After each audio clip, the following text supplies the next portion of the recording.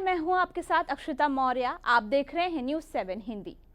Donald Trump की नई tariff नीति ने एक बार फिर वैश्विक राजनीति और अर्थव्यवस्था में हलचल मचा दी है।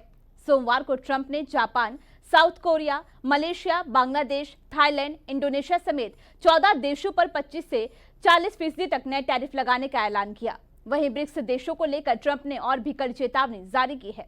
ट्रंप ने अपने social media platform truth social पर साफ शब्दों में कहा कि जो भी देश ब्रिक्स की एंटी अमेरिकन नीति या अमेरिका विरोधी गतिविधियों का समर्थन करेंगे उस पर 10% का एक्स्ट्रा टैरिफ लगाया जाएगा और इस फैसले में कोई छूट नहीं दी जाएगी। ब्रिक्स देशों ने इस बयान पर तीखी प्रतिक्रिया दी है। ब्राजील के राष्ट्रपति लुइस इनासियो लुला दा सिल्वा ने यहां तक कह दिया है कि अब दुनिया बदल चुकी है और हमें कोई सम्राट नहीं चाहिए। वहीं चीन ने भी ट्रंप के बयान की आलोचना करते हुए स्पष्ट कहा कि ब्रिक्स किसी भी देश के खिलाफ नहीं है, बल्कि ये वैश्विक संतुलन और सहयोग को बढ़ावा देने का मंच है।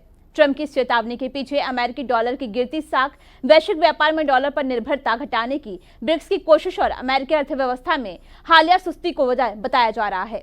गौरतलब है कि ब्रिक्स दुनिया की 45% आबादी और 35% जीडीपी का प्रतिनिधित्व करता है और रूस, चीन जैसे देशों में आपस में अपनी करेंसी में ट्रेड कर रहे हैं, जिससे डॉलर की पकड़ कमजोर होती दिख रही है। यही ट्रंप के लिए सबसे बड़ी चिंता है। अब सवाल ये भी उठ रहा है कि क्या भारत, जो ब्रिक्स का संस्थापक सदस्य है और जिसने हाल ही में रियो में संपन्न हुए सम्मेलन के घोषणा पत्र में अमेरिकी टैरिफ की आलोचना पर दस्तखत किए, वे इस टैरिफ वार की चपेट में आएगा।